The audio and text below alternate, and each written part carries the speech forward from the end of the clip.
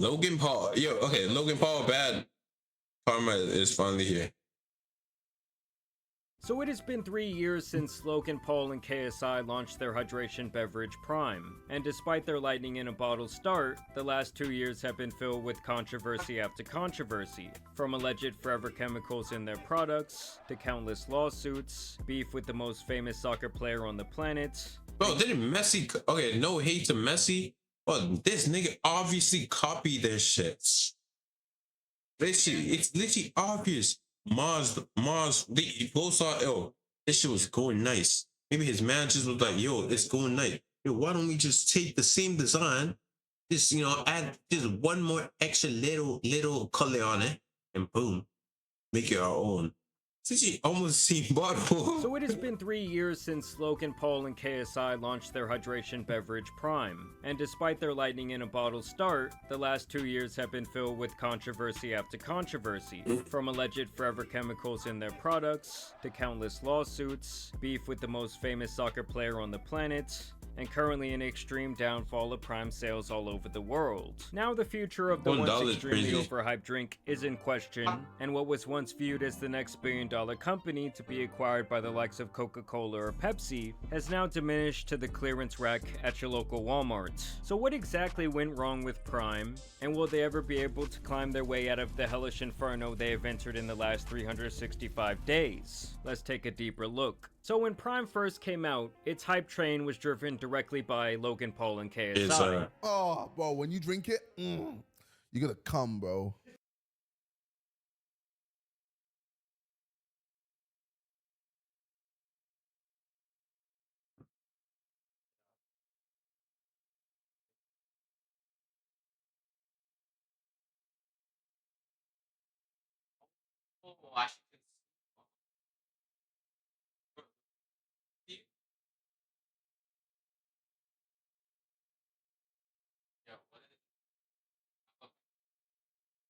No comment.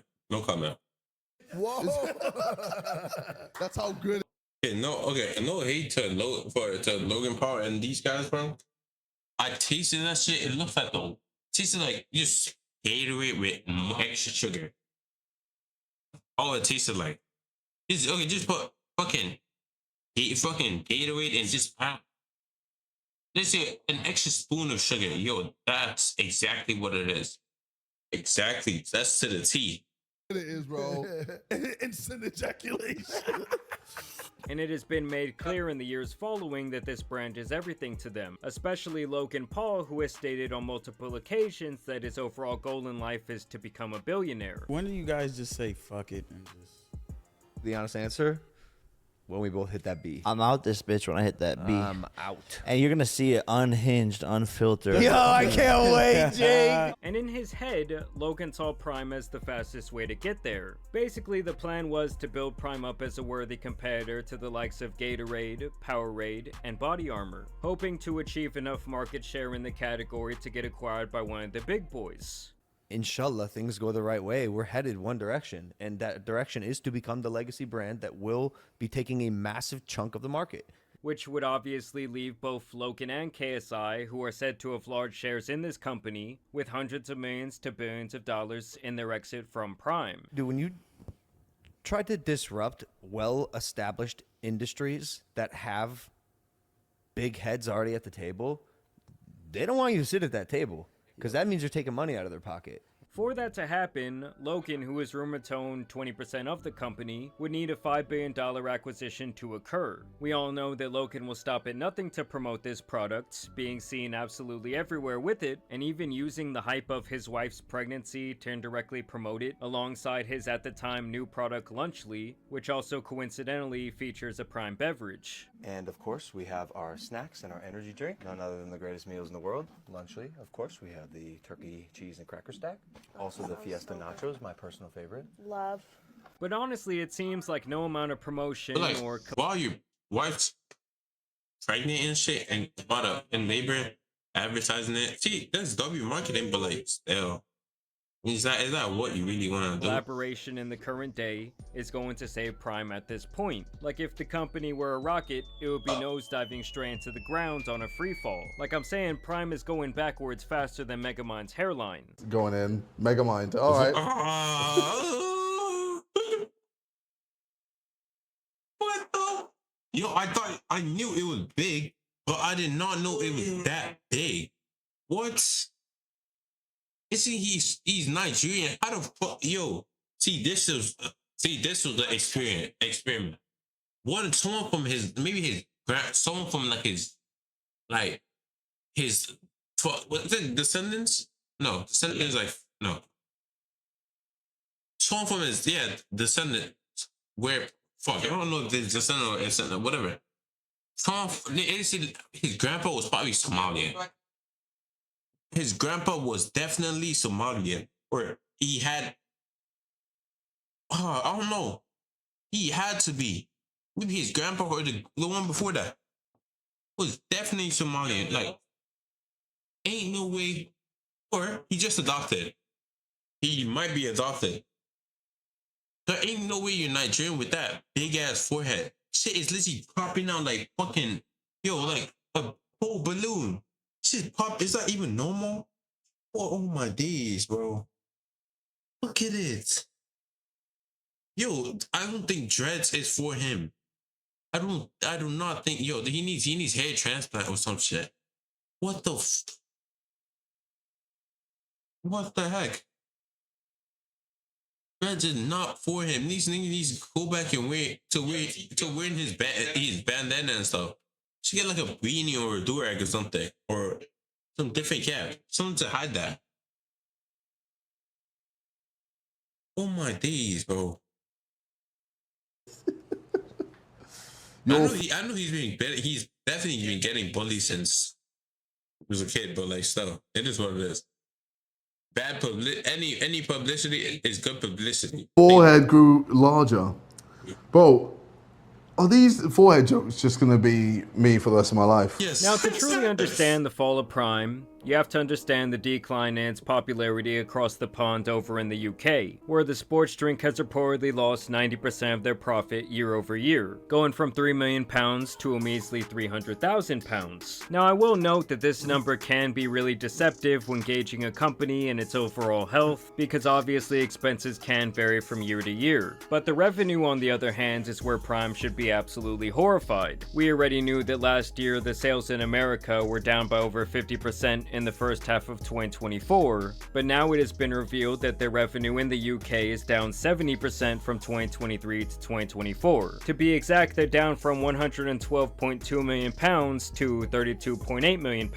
This actually makes it one of the steepest falling, fast-moving consumer goods in the entire food and beverage industry. Now, to save face, representatives from Prime claim that this was a natural occurring phenomena, and that this was expected after the initial hype bubble, but there's actually a lawsuit going on right now that makes me think that they previously thought differently than that. But obviously, from the outside looking in, this does not bode over well for potential investors or other competitors who were potentially interested in purchasing the company. Today, I'd like to pitch you Prime Hydration. Okay. Prime Hydration was developed to...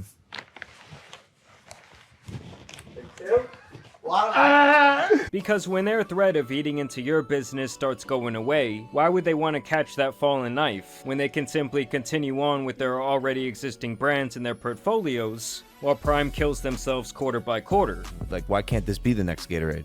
Like literally, Gatorade is so fucking archaic, and our thesis was to create a better for you hydration beverage. We did it. We were right. People bought it. They like it. They agree with us. Like there's no reason you should be drinking 150 plus calorie drink with 27 grams of sugar in it if you want to hydrate.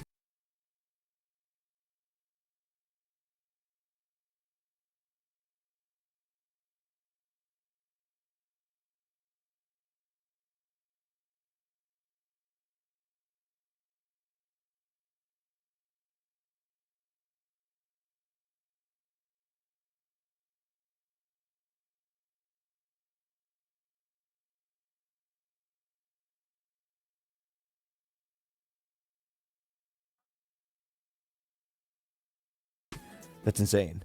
Ooh, smells a bit high. What? What is that flavour you got there? Tropical punch, it says. Oh, Jesus. Loosely. You've just come from the Maldives. How tropical no, it's was like that? swallowing perfume. What is that?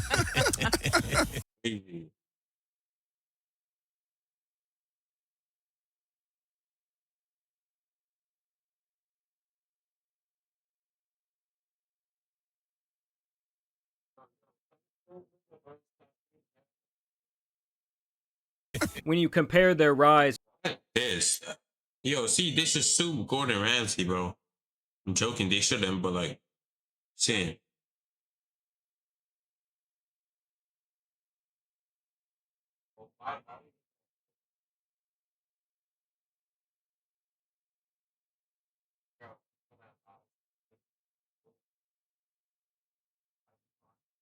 Like, ain't no way though. Like, ain't no way.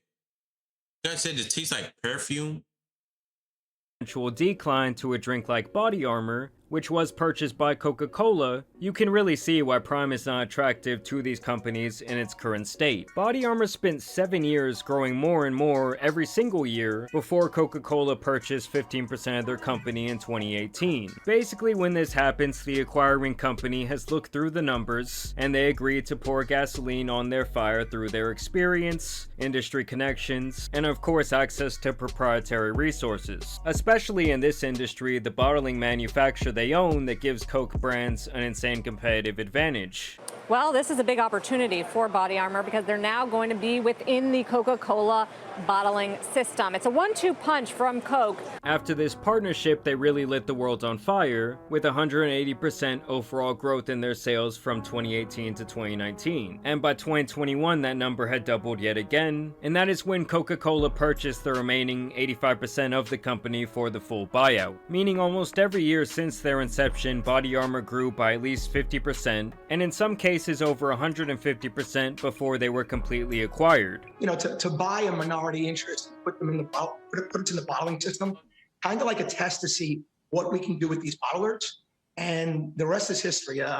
Since we've been in the system, we've gone from 200 million to 450 million to 700 million, and this year will be 1.1 billion in revenue. And the Coca-Cola bottlers have done an amazing job getting this brand to the next level.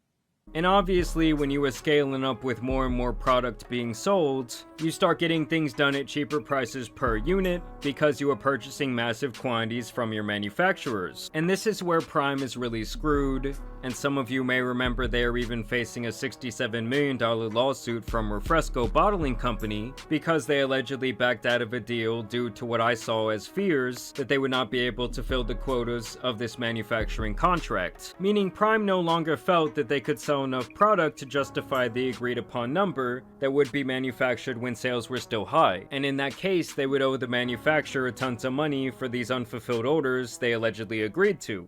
You know, it's like Prime wanted to grow to appear attractive to the investors and to try and eat up this market share, and they thought the hype would not only continue but get larger, and it really bit them in the ass. Keep it, bro. It's as if it's like was it Supreme?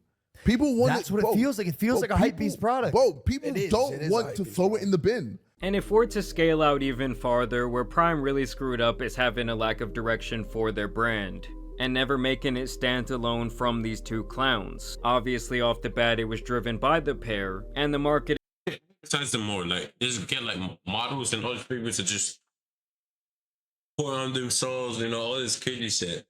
Instead of only that. Doing this basically makes it look not professional. You use only yourself in marketing instead of using other.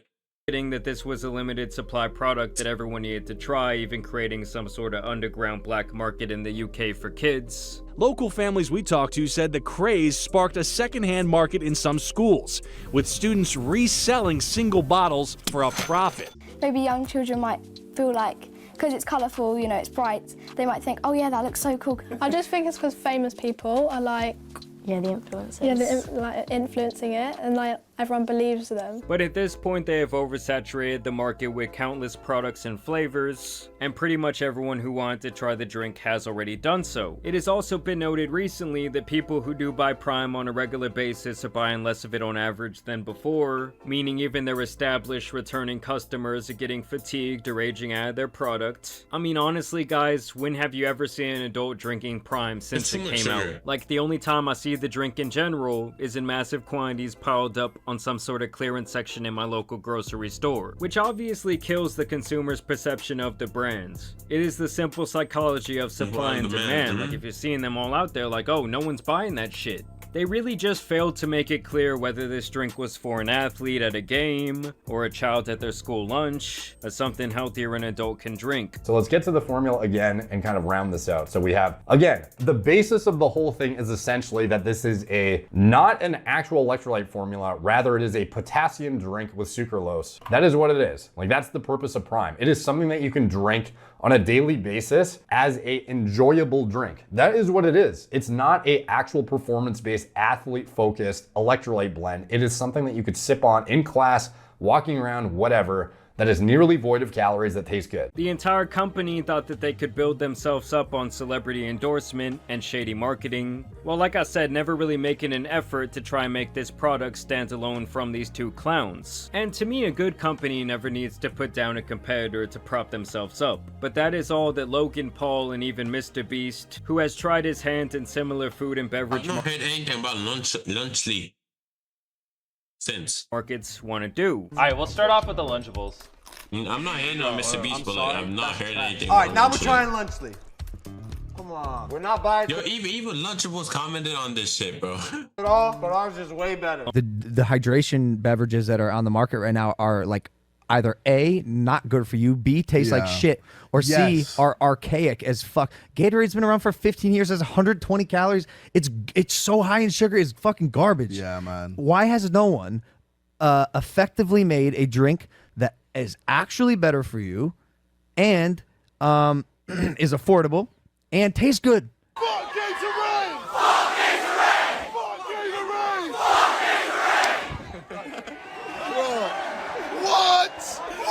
Wow. Yin and yang, bro. Literally just yin and yang.